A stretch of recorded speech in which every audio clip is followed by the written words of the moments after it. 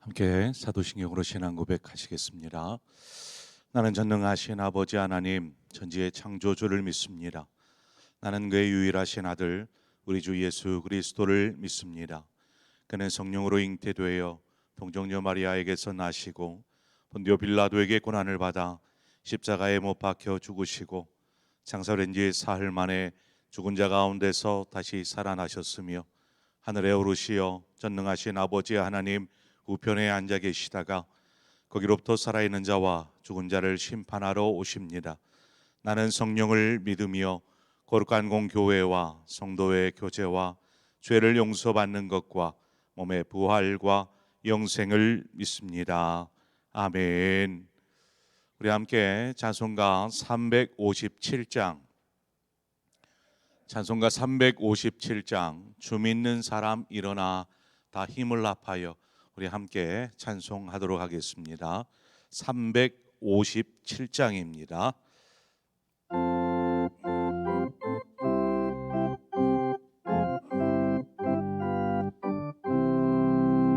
주 믿는 사람 일어나 다 힘을 합하여 이 세상 모든 마귀를 다쳐서 멸하세. 저 앞에 오는 적군을 다 싸워 이겨라. 주 예수 믿는 힘으로 온 세상 이기네. 믿음이 이기네. 믿음이 이기네. 주 예수를 믿음이 온 세상 이기네. 온 인류 마귀 괴율로 큰 죄에 빠지니 진리로 띠를 띠고서 늘 기도드리세. 참 믿고 의지하면서 겁없이 나갈 때 주 예수 믿는 힘으로 온 세상 이기네. 믿음이 이기네. 믿음이 이기네. 주 예수를 믿음이 온 세상 이기네.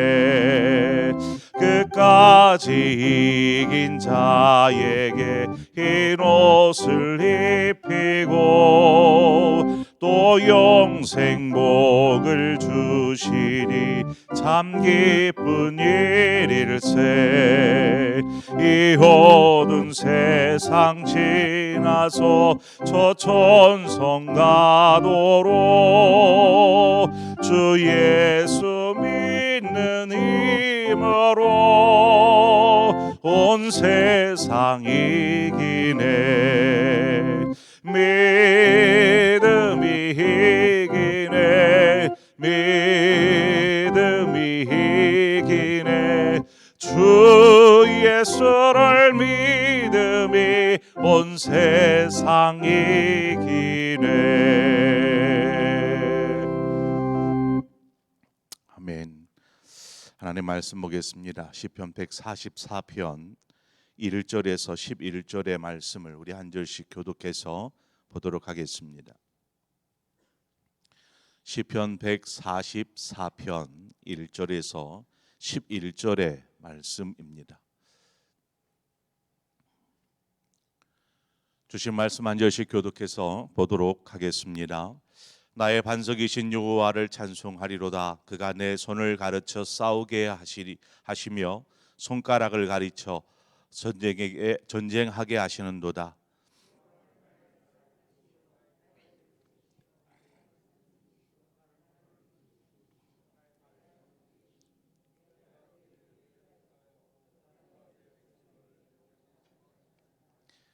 여호와여, 사람이 무엇이기에 주께서 그를 알아주시며 인생이 무엇이기에 그를 생각하시나이까?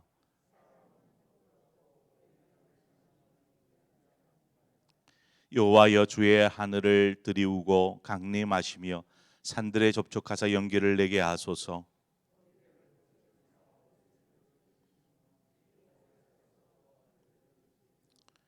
위에서부터 주의 손을 펴사 나를 큰 물과 이방인의 손에서 구하여 건지소서.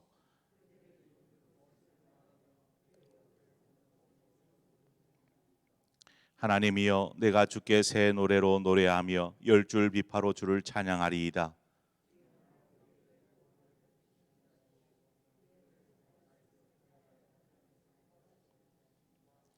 함께 읽습니다. 이방인의 손에서 나를 구하여 건지소서. 그들의 입은 거짓을 말하며 그 오른손은 거짓의 오른손이니이다. 아멘. 다윗 왕은 참 많은 전쟁을 치렀던 왕들 중에 한 사람입니다. 전쟁을 하면 이제 아군과 적군 두 편으로 나뉘지 않겠습니까? 아군의 입장에서는 이 전쟁을 분명히 승리하고 싶어 할 것입니다. 적들도 마찬가지겠죠. 적들도 자신들이 승리하기를 원하게 될 것입니다. 자, 그래서 하나님께 승리케 해 달라고 기도할 수 있죠. 자, 그러면 하나님께서 어느 편에 서셔서 승리하도록 도우실까요? 어느 편에 서셔서? 누구나 전쟁에는 승리하고 싶습니다. 삶의 문제에서도 마찬가지입니다. 우리의 싸움에서 우리는 항상 승리하고 싶습니다. 축복받고 싶은 것이죠. 사무엘상 17장 47절에 보면 뭐라고 말하냐면 여호와의 구원하심이 칼과 창에 있지 아니함은 이 무리에게 알게 하리라. 전쟁은 여호와께 속한 것인즉 그가 너희를 우리 손에 넘기시리라.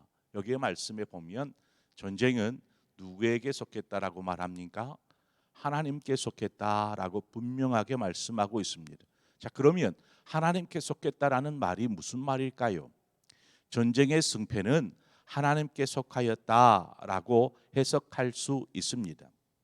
자, 그러한 의미로 한번 생각해 보죠. 다윗은 이스라엘 왕 중에 가장 어떻게 보면 위대한 왕이지 않았습니까? 그가 그렇게 위대한 왕으로 추앙받을 수 있었던 것은 다윗 시대가 이스라엘의 역사 가운데 가장 강력한 나라가 되었기 때문에 그렇습니다. 그래서 다윗 그리고 그의 아들에게 이제 물려주었으니까 그의 아들 솔로몬 시대에 가장 넓은 영토를 갖게 됩니다. 이스라엘의 역사 가운데 가장 넓은 영토가 다윗과 솔로몬 시대에 있게 됩니다. 그런데 여러분, 여기서 우리가 한번 생각해 보시기 바랍니다.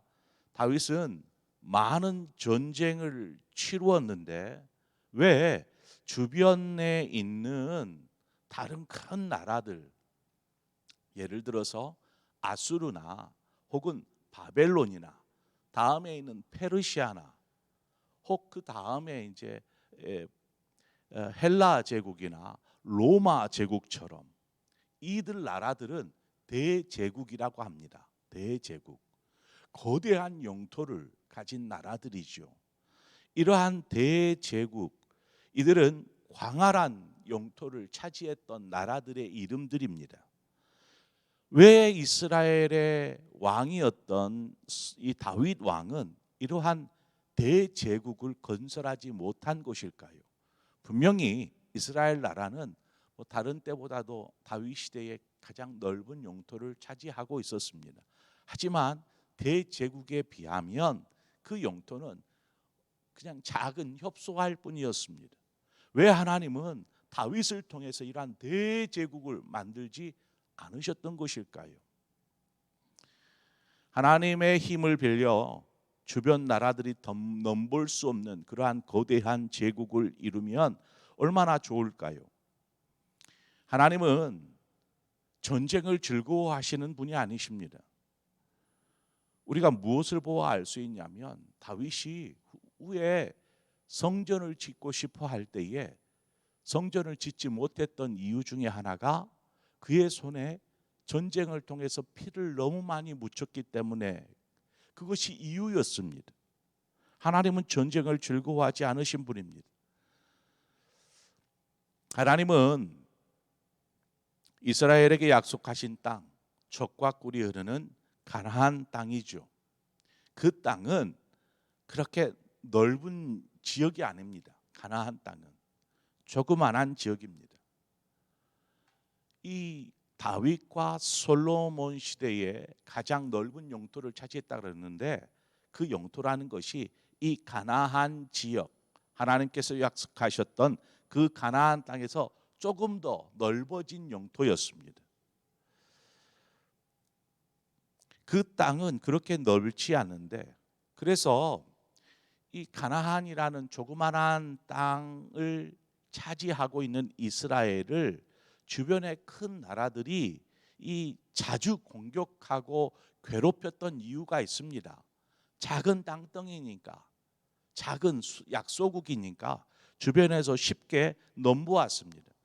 다윗이 전쟁했던 나라들을 보면 그렇습니다. 블레셋, 모압, 암몬, 아람, 에돔 많이 들어보셨을 거예요. 이것은 이 가나안 지역 주변에 있었던 나라들입니다. 이 나라들이 쉽게 이스라엘을 공격해 왔어요. 이 나라들을 다윗 시대에 평정한 것입니다. 공격했던 나라들을. 그러니까 저 멀리에 있는 나라들까지 다윗은 공격하지 않았어요. 싸우지 않았어요. 그저 이스라엘 나라를 괴롭혔던 나라들을 점령하여 싸웠던 것입니다. 싸워서 점령한 것이지요. 하나님은 전쟁을 통해서 이스라엘의 영토를 넓히는 것, 그것에는 전혀 관심이 없으셨습니다. 하나님에게 있어서 관심사는 무엇인가? 바로 하나님의 나라입니다. 하나님께서 이스라엘을 택하신 것도 하나님 나라의 모델로 세우시고자 그들을 택하신 것이지 않겠습니까? 그리고 그들을 하나님이 원하시는 그 가나안 땅으로 인도하여 들으셨지요. 시편을 보다 보면 다윗이 전쟁 중에 고백하는 시편, 그래서 하나님을 찾고 하나님이 피난처가 되어 주시고 하나님이 원수들과 싸워 주시고 대적들을 이기게 하시고 이러한 시편들을 여러분 무수히 만났을 것입니다.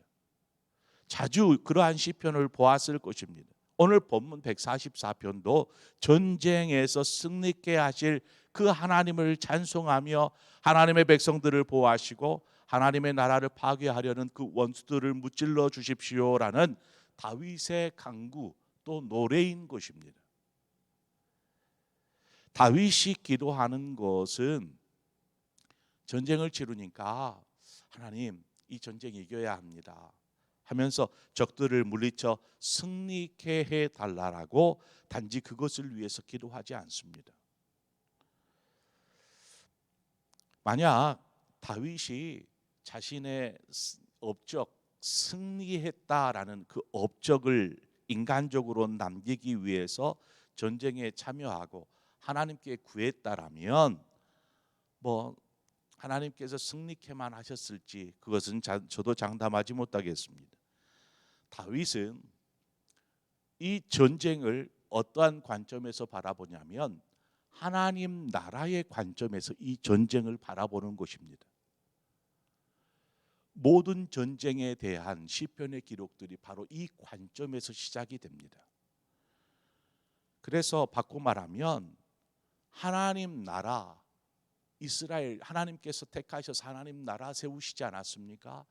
이 나라를 공격해 온다라는 것은 이스라엘을 공격하는 것이 아니라 하나님 나라의 왕 대신 하나님을 향한 공격인 것입니다.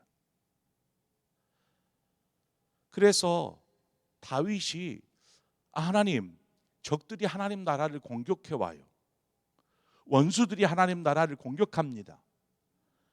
그래서 하나님, 제가 하나님 의지합니다.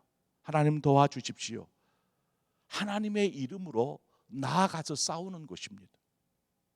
그러니까 다윗은 자신의 나라, 자신이 왕이고 이 나라를 보호하고 또 그러기 위해 싸운 것이 아니라 하나님의 나라, 이 나라는 하나님이 통치하시는 나라고 우리는 다 하나님의 백성인데 적들이 우리를 공격해 옵니다. 하나님 어떻게 해요? 하나님 도와주십시오. 이렇게 해서 나가 싸워 승리하는 것입니다. 여러분, 이 다윗의 마음, 이 관점을 여러분 유심히 들여다보시기 바랍니다. 대적들의 공격은 하나님 나라에 대한 공격입니다. 그러므로 그 싸움, 전쟁은 하나님께 속하였다라는 것은 승패가 하나님께 속하였다라는 것이기도 하지만 하나님 나라에 대한 공격이다라는 의미인 것이죠.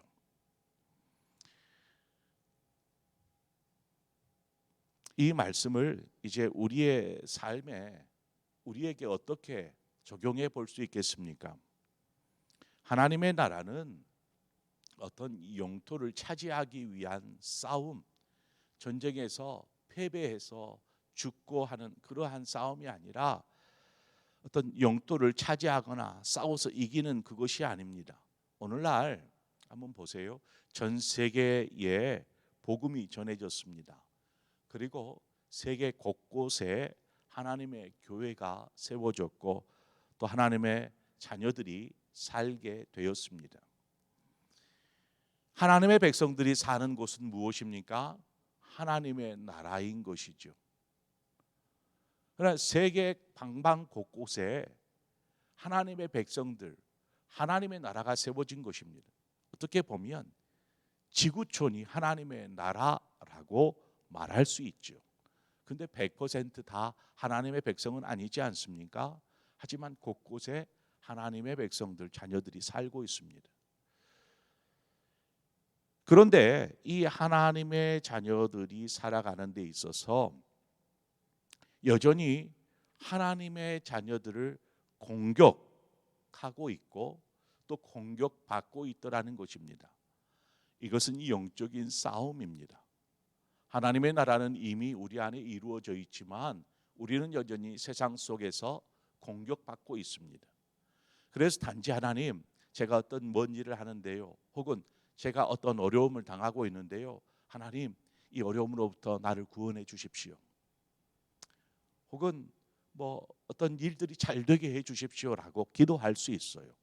그런데 이것이 우리의 관점에서 바라보면 하나님께서 그것에 응답하실지 저는 장담할 수 없어요.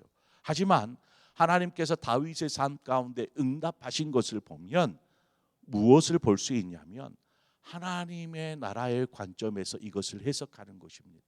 하나님, 지금 우리가 살아가는 삶의 자리에서 계속되는 어둠의 권세의 공격, 시험, 싸움이 있게 되는데 하나님 여기에서 우리가 지지 않고 승리케 해 주십시오 라고 기도하는 것입니다. 어둠의 권세 잡은 자는 때로는 우리에게 달콤한 유혹으로, 때로는 감당하기 힘든 고난으로 우리의 신앙을 공격해 옵니다. 그 말은 지금도 우리의 삶에서는 계속 전쟁이 계속되고 있다라는 것이지요. 그러면 그 전쟁에서 승리하기 위해서 오늘 본문의 다윗을 주목해야 합니다. 다윗은 승리를 위해 싸운 것이 아닙니다. 하나님 나라를 위해, 그 나라를 세우기 위해 전쟁에 참여한 것입니다. 그래서 어떤 싸움이든지 다윗이 하나님을 의지하여 하나님의 이름으로 나가 싸웠던 것처럼 우리의 삶의 자리에서 어떤 상황에서든지 우리가 이기기 위해서는 우리는 전적으로 하나님을 의지하여야 합니다. 믿음으로 나가야 하는 것이죠.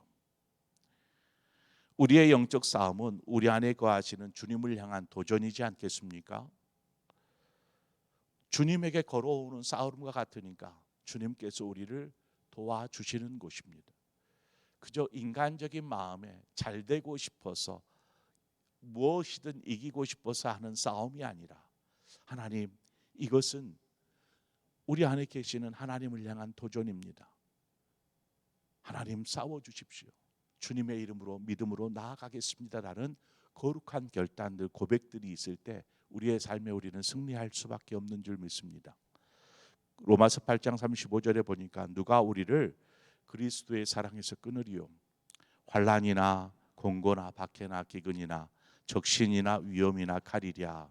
37절에 가보면 이 모든 일에 우리를 사랑하시는 이로 말미암아 우리가 넉넉히 이기느니라. 삶에서 우리는 승리할 줄 믿습니다. 주님께서 우리의 주인이시기 때문에 그렇습니다. 근데 이것이 고백되지 않고 그저 삶이 잘 되기만을 원하고 하는 그것은 하나님께서 어떻게 응답하실지 저는 장담할 수 없어요. 확신하건대 우리로 넉넉히 이기게 하시는 그 하나님의 자녀로서 그 믿음으로 살아갈 때 주님은 그때서부터 일하시기 시작합니다. 모든 싸움, 모든 환경 가운데에서 우리를 건져내 주실 것이요, 오늘 다윗이 고백한 것처럼 우리를 대적하는 원수들로부터 우리를 보호하여 주시고 또한 나가 싸우셔서 승리케 하여 주실 줄 믿습니다. 그러므로 우리가 믿음으로 늘 주님만을 의지하면서 살아야 합니다. 그러면 여러분이 어떠한 싸움, 어떤 영적인 싸움에 있든지 하나님께서 여러분을 지키시고 도와주시고 승리케 하여 주실 줄 믿습니다.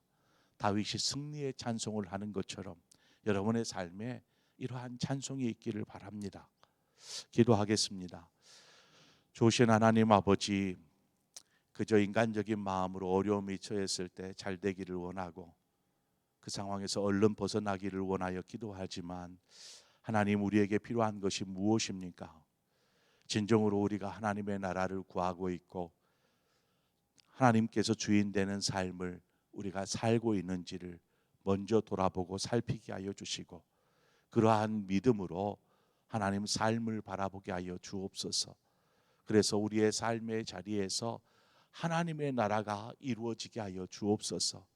형통하는 복, 여러 가지 축복의 복, 이러한 것들이 우리의 삶에 있기를 바라지만 하나님의 나라를 전혀 생각하지 않고 있었더라면 이제 우리의 마음을 돌이켜 다윗이 모든 전쟁을 하나님 나라의 전쟁으로 생각하고 믿음으로 주님의 이름으로 나아가 싸웠던 것처럼 우리 역시 우리의 삶의 자리가 하나님의 나라요, 하나님의 나라를 더욱 튼튼하게 세워가기 위해서 어떠한 위협 가운데에서도 고난 가운데에서도 믿음으로 하나님을 바라보며 서게 하여 주셔서 삶을 통해서 하나님께서 승리케 하여 주셨습니다.